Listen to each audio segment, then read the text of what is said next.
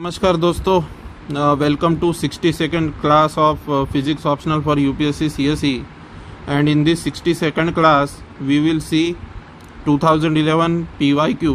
2011 में जो पूछा गया था PYQ यूपीएससी फिजिक्स ऑप्शनल में, वो 2011 का PYQ हम करने वाले हैं इस क्लास में। ओके, सो देखिए दोस्तों, find the number of degrees of freedom for a rigid body which can move freely in space, has 1 point fixed, has 2 point fixed. ठीक है ना, यहाँ तक कि पिछले क्लासेस में कर लिया था हमने। ठीक है ना, अब हम यहाँ से शुरू करेंगे।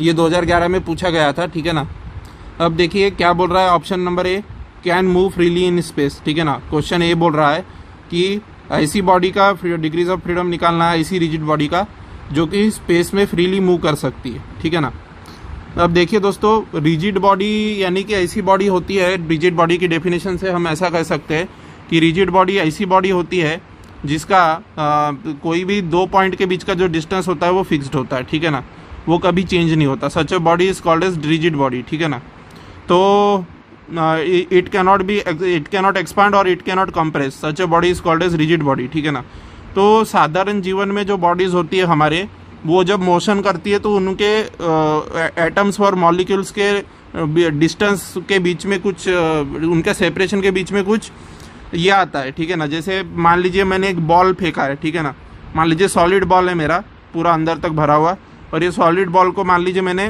फेंका है।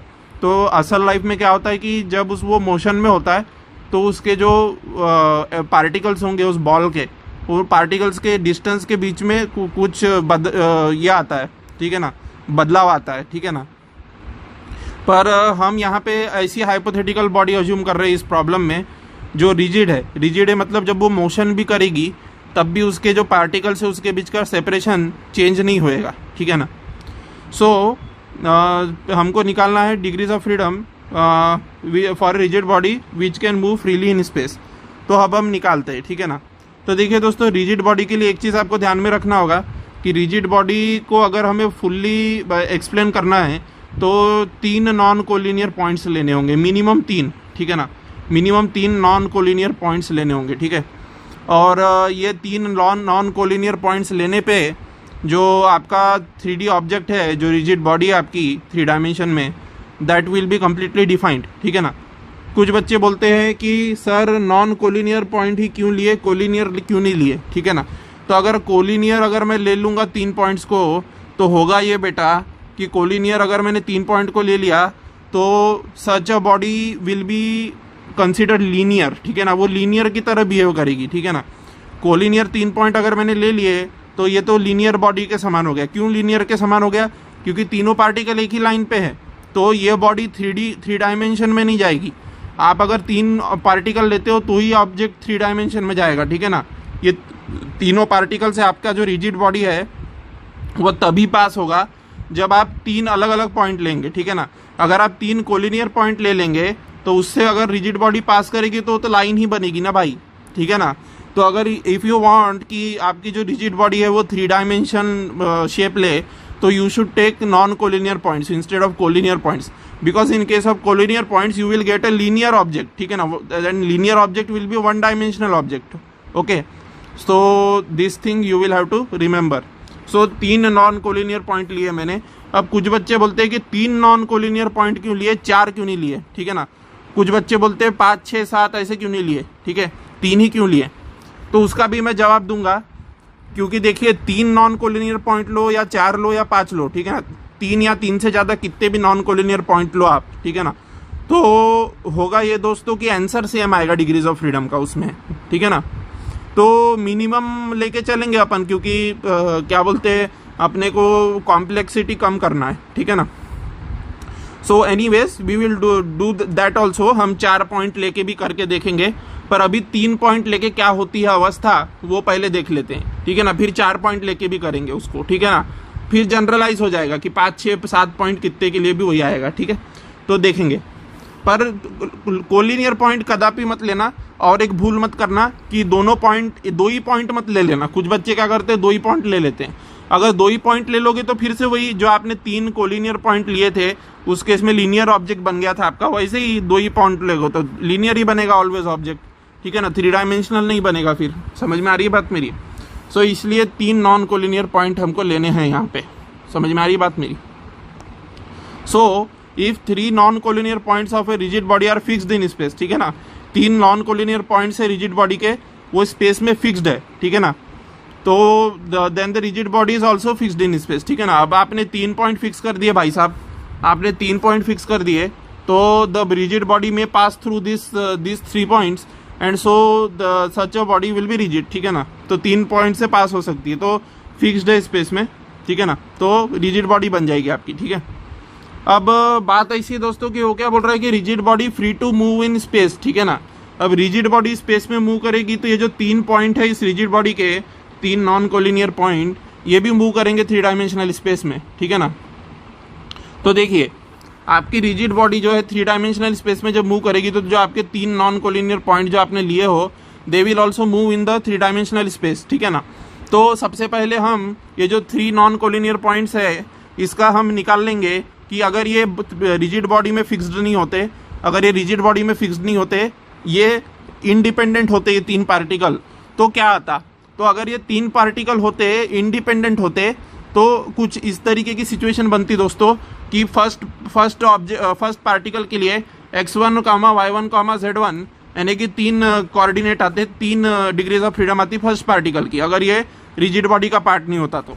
सिमिलरली सेकेंड पार्टिकल के लिए 3 डिग्रीज ऑफ फ्रीडम आती और थर्ड पार्टिकल के लिए भी 3 डिग्रीज ऑफ फ्रीडम आती, ठीक है ना। सो 3 + 3 + 3 = 9 हो जाता, ठीक है ना। पर यहाँ पे रिजिड बॉडी ले ली गई है, तो रिजिड बॉडी ले ली तो क्या ले लिया तुमने? डिस्टेंस फिक्स ले लिया तीनों पॉइंट के बीच का, ठीक है ना। तो रिजिड बॉडी ले ली है तो डिस्टेंस फिक्स ले लिया है तीनों पॉइंट के बीच का। अब डिस्टेंस यदि फिक्स ले लिया है तीनों पॉइंट के बीच का तो डिस्टेंस फार्मूला लगाना है। मान लीजिए फर्स्ट पार्टिकल का कोऑर्डिनेट है x1, y1, z1, ठीक है ना। सेकेंड पार्टिकल का कोऑर्डिनेट है x2, y2, z2, ठीक है ना। थर्ड पॉइंट का कोऑर्डिनेट है x3, y3, z3, ठीक है ना। तो ये 3 पॉइंट्स है आपके जिनके 3 कोऑर्डिनेट्स है, ठीक है ना। पर अगर तो यही 3 कोऑर्डिनेट डिग्रीज ऑफ फ्रीडम कहलाती है अगर ये तीनों particle independent of each other discrete होते तो, ठीक है ना। पर यहाँ पे क्या है, they have become dependent of each other. Why they have become dependent of each other? Because they are a part of the rigid body, ठीक है ना। That's why they have become dependent of each other. Now as they have become dependent of each other because of being part of the same body, तो होगा ये कि इनके बीच का distance जो है वो सेम रहने वाला है। समझ में आ रही है ना बात? 1 और 2 के बीच का डिस्टेंस फार्मूला से इस कदर दिया जाएगा। सेकंड और थर्ड के बीच का डिस्टेंस फार्मूला से इस तरीके से दिया जाएगा, और फर्स्ट और थर्ड का बीच का डिस्टेंस फार्मूला से इस तरीके से दिया जाएगा। समझ में आ रही है मेरी बात? ठीक है ना। So distance between the 3 points is fixed, so we have 3 constraints over here. हमको 3 कंस्ट्रेंट मिल गए, ठीक है ना। तो अगर तीनों पार्टिकल फ्री रहते तो 9 आती डिग्रीज ऑफ फ्रीडम, तो initial degrees of freedom minus number of constraint कितने हुए? 3 हुए कि तो कितना आएगा डिग्रीज ऑफ फ्रीडम? 6 हो जाएगा। समझ में आ रही है ना बात मेरी? ये तो प्रीवियस क्लासेस से ही कंसेप्ट लगाए हमने, 9 - 3 will be equal to 6, right. Hence 3 coordinates must be expressed in term of the remaining 6, ठीक है ना। जो आपका ये x1, y1, z1 है, इसको ये 3 को आप अगर इंडिपेंडेंट मान लेते हो, ठीक है ना, ये 3 को आप ये 3 के बाकी के 6 के टर्म्स में दिखा सकते हो, है कि नहीं? देखो ना, यहाँ पे ये तीनों इक्वेशन को देखो गौर से, और यहाँ पे आप बताओ मुझे x1, y1, z1 को x2, y2, z2 और x3, y3, z3 के टर्म्स में दिखा सकते हैं कि नहीं? दिखा सकते हैं ना। सिमिलरली x2, y2, z2 को अदर 6 के टर्म्स में दिखा सकते हैं, ठीक है ना। सो डिग्रीज ऑफ फ्रीडम कितनी हुई फिर? 9 - 3 = 6 हुई। अब बच्चे बोलते हैं कि आपने जो 3 पॉइंट लिए, 3 नॉन कोलिनियर पॉइंट लिए, अगर मैं 4 नॉन कोलिनियर पॉइंट लूंगा तो what will be the situation, ठीक है ना। सो वो भी देख लेते हैं, what will be the situation when there will be 4 non collinear point, ठीक है ना। अब यहाँ पे होता है ना, वैसा जिज्ञासा तो जगेगी, और ये जिज्ञासा होना भी चाहिए क्योंकि फिजिक्स ऑप्शनल है भाई आपका, ठीक है ना। तो जिज्ञासा ऐसी जगती है कि ये बॉडी है और ये 1, 2, 3 और ये 4, ऐसे 4 नॉन कोलिनियर पॉइंट ले लिए मैंने, ठीक है ना। तो क्या डिग्रीज ऑफ फ्रीडम उस केस में भी 6 ही आएगी? क्योंकि रिजिड बॉडी आपने कहा है तो इनफाइनाइट नंबर ऑफ पार्टिकल्स है, इनफाइनाइट नंबर ऑफ पार्टिकल्स है तो ऑब्वियस सी बात है कि मैं 4 नॉन कोलिनियर पॉइंट भी ले सकता हूँ, 5 नॉन कोलिनियर पॉइंट भी ले सकता हूँ, कितने भी नॉन कोलिनियर पॉइंट्स ले सकता हूँ। तो क्या 4 के भी केस में आंसर 6 ही आ रहा है? अगर आंसर 6 ही आता है 4 नॉन कोलिनियर पॉइंट लेने पे भी, तो your answer is correct. But if the answer does not come out to be 6, then your answer is wrong. So देखते हैं ना, 4 लेके देखते हैं। तो देखिए 4 के केस में क्या होगा, अगर ये 4 इंडिपेंडेंट पार्टिकल होते तो इसके 3, इसके 3, इसके 3, इसके 3 हो जाते, ठीक है ना, चारों इंडिपेंडेंट होते तो 3 3 3 3 मैंने 4 3 12 हो जाता, ठीक है ना। तो 12 हो जाती इन केस ऑफ फ्री पार्टिकल, वो हो जाता 12 तुम्हारे ये क्या बोलते हैं डिग्रीज ऑफ फ्रीडम, ठीक है ना। अब होगा ये दोस्तों कि इसमें देखिए ना, यहाँ पे चौथा पॉइंट ऐड किया ना मैंने, ठीक है ना। तो देखिए कितने इक्वेशन बन रहे, 3 इक्वेशन तो ये बनेंगे, ठीक है ना, एज यूजुअल। और बाकी के कौन से इक्वेशन बनेंगे, 4 से 1 का डिस्टेंस का एक इक्वेशन बनेगा, ठीक है ना। तो ये 3 इक्वेशन प्लस 1 हो गया, एक और इक्वेशन, ठीक है ना। 4 और 1 के बीच का डिस्टेंस, फिर 4 और 2 के बीच का डिस्टेंस, ठीक है ना, दैट विल बी +1 यानी कि एक और इक्वेशन। और 4 और 3 के बीच का डिस्टेंस, ठीक है ना, 4 और 3 के बीच का डिस्टेंस यानी कि +1 यानी कि एक और इक्वेशन आएगी ऐसी वाली डिस्टेंस फार्मूला वाली, ठीक है ना। तो how many equations do we have then, ये 1 2 3 4 5 और 6 इक्वेशन हो जाएगी, ठीक है ना। तो 12 - 6 यानी इक्वल टू 6 आ जाएगा, ठीक है ना। तो 4 नॉन कोलिनियर पॉइंट लेने पे भी आपका 6 ही आ रहा है, ठीक है ना आंसर। और अगर आप 5 लेके देखेंगे तो भी आंसर 6 ही आने वाला है, ठीक है ना। 6 नॉन कोलिनियर पॉइंट लोगे तो भी आंसर 6 ही आने वाला है। अब कुछ बच्चे बोलते हैं कि what if I have taken कुछ पॉइंट अगर मैं कोलिनियर ले लूँ तो क्या होगा। तो देखिए आपका आंसर नहीं आएगा उस केस में, ठीक है ना। देखिए कोलिनियर पॉइंट अगर आप ले लेते हो, मान लो आप ऐसी सिचुएशन बनाते हो कि आपने ये तीनों पॉइंट को कोलिनियर ले लिया, तो ये तीनों पॉइंट को कोलिनियर ले लिया तो मैंने अभी बताया था भाई ये लीनियर ऑब्जेक्ट बन जाएगा। कुछ बच्चे क्या बोलते हैं फिर कि ठीक है 3 पॉइंट कोलिनियर लूंगा मैं और चौथा पॉइंट नॉन कोलिनियर लूंगा, तो this will be equal to again 3 points के बराबर होगा ये, ठीक है ना। ये 1 2 और 3 पॉइंट के इक्विवेलेंट होगा, क्योंकि आपका ऑब्जेक्ट जो है ऐसा पास होएगा और फिर ऐसा जाएगा, ऐसा पास होएगा आपका ऑब्जेक्ट। समझ में आ रही ना बात। तो ये सब चीज़ों का आप कितना भी ट्राई कर लो कोलिनियर बनाने का, लेकिन कोलिनियर के केस में आपका आंसर नहीं आएगा, ठीक है ना। इस चीज़ का विशेष ख्याल रखना है, ठीक है। तो नॉन कोलिनियर पॉइंट्स ही लेने हैं, क्योंकि कोलिनियर के केस में क्या है कि लीनियर ऑब्जेक्ट बन जाता है। और अगर आप आधे पॉइंट कोलिनियर लेते हो और आधे नॉन कोलिनियर लेते हो तो दारोमदार इस पे ही आ जाता है फिर से, ठीक है ना। सारी की सारी चीज़ें ऐसी ही हो जाती है, इसके तरीके की हो जाती है, ठीक है ना। तो इस चीज़ का विशेष ख्याल रखना है, ठीक है ना। ठीक है। सो अगेन वही चीज़ें लिखी हुई है यहाँ पे, उसमें मैं नहीं जाऊँगा। अब बी वाला क्वेश्चन देखते हैं, ठीक है ना। Find the number of degrees of freedom for a rigid body which has 1 point fixed in space, ठीक है ना। ऐसी बॉडी, ऐसी रिजिड बॉडी जिसका 1 पॉइंट फिक्स्ड है स्पेस में, ठीक है ना, which has 1 point fixed in space, ठीक है। सो देखते हैं, ठीक है। मान लीजिए 1 पॉइंट फिक्स्ड है स्पेस में, मान लीजिए ये वाला पॉइंट जो है इसको फिक्स्ड मान लिया मैंने और इसको 0,0,0 दे दिया। आर्बिट्ररी ओरिजिन ले रहा हूँ मैं, इसको ओरिजिन ही मान लो ना। अगर कोई पॉइंट फिक्स्ड है स्पेस में तो उसको ओरिजिन मान लो, क्या जाता है, ठीक है ना। कैलकुलेशन थोड़ी बदल जाएगी तुम्हारी, क्योंकि ओरिजिन लेने की फ्रीडम तो होती ही है फिजिक्स में, राइट। और मान लो ये फर्स्ट वाला पॉइंट है जो कि मूव कर रहा है, और ये सेकेंड वाला पॉइंट है x2, y2, z2 which is also moving, ठीक है ना। First point is x1, y1, z1 and second point is x2, y2, z2, ठीक है ना।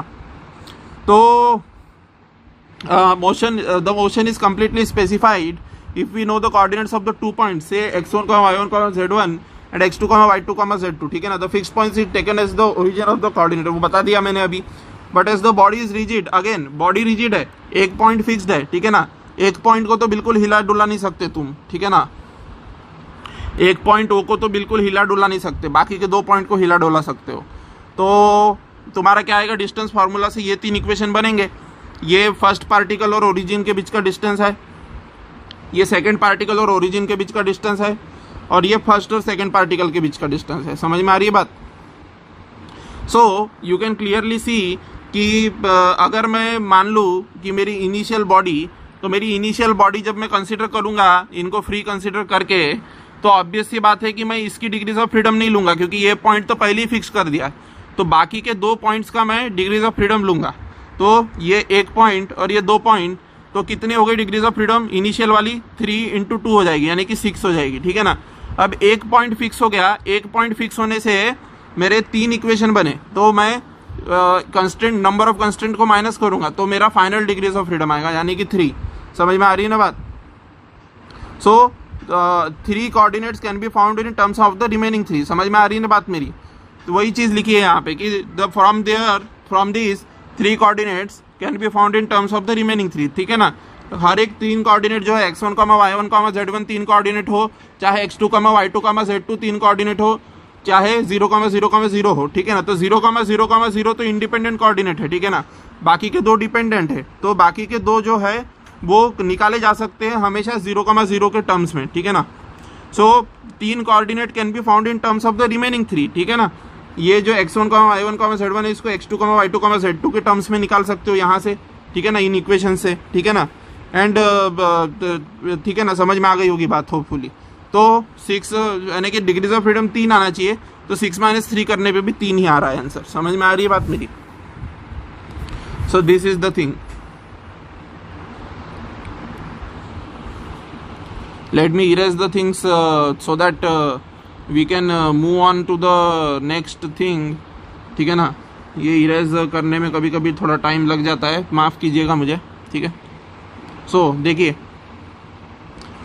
नाउ हैज़ 2 पॉइंट्स फिक्स्ड, ठीक है ना। अब बॉडी के जो है 2 पॉइंट फिक्स्ड है इंस्टेड ऑफ 1 पॉइंट फिक्स्ड, ठीक है ना।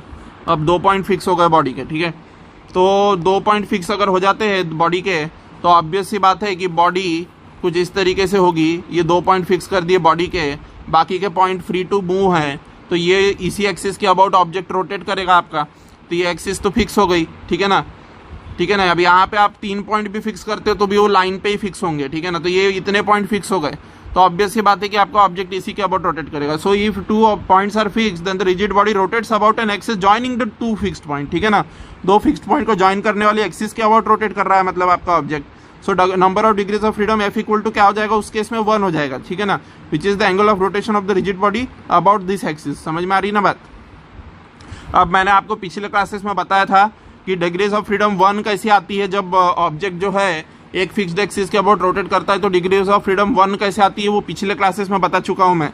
और now I won't tell the same thing again, ठीक है ना। समझ में आ रही है ना बात? सो इस चीज का विशेष ख्याल रखें, ठीक है। So in this way this 2011 question has to be solved and 2011 में पूछा गया था ये, तो इसका आंसर 6 था। फर्स्ट का आंसर 6 था, दूसरे वाले का 3 था और थर्ड वाले का 1 था, ठीक है ना। ऐसे आंसर थे इसके, ठीक है ना। सो होपफुली क्लियर हो गया होगा 2011 का PYQ, ठीक है ना। Now we will do general motion of rigid bodies in space from the next class onwards. Till then अपना ख्याल रखिएगा, टेलीग्राम ज्वाइन कर लीजिएगा। Thank you.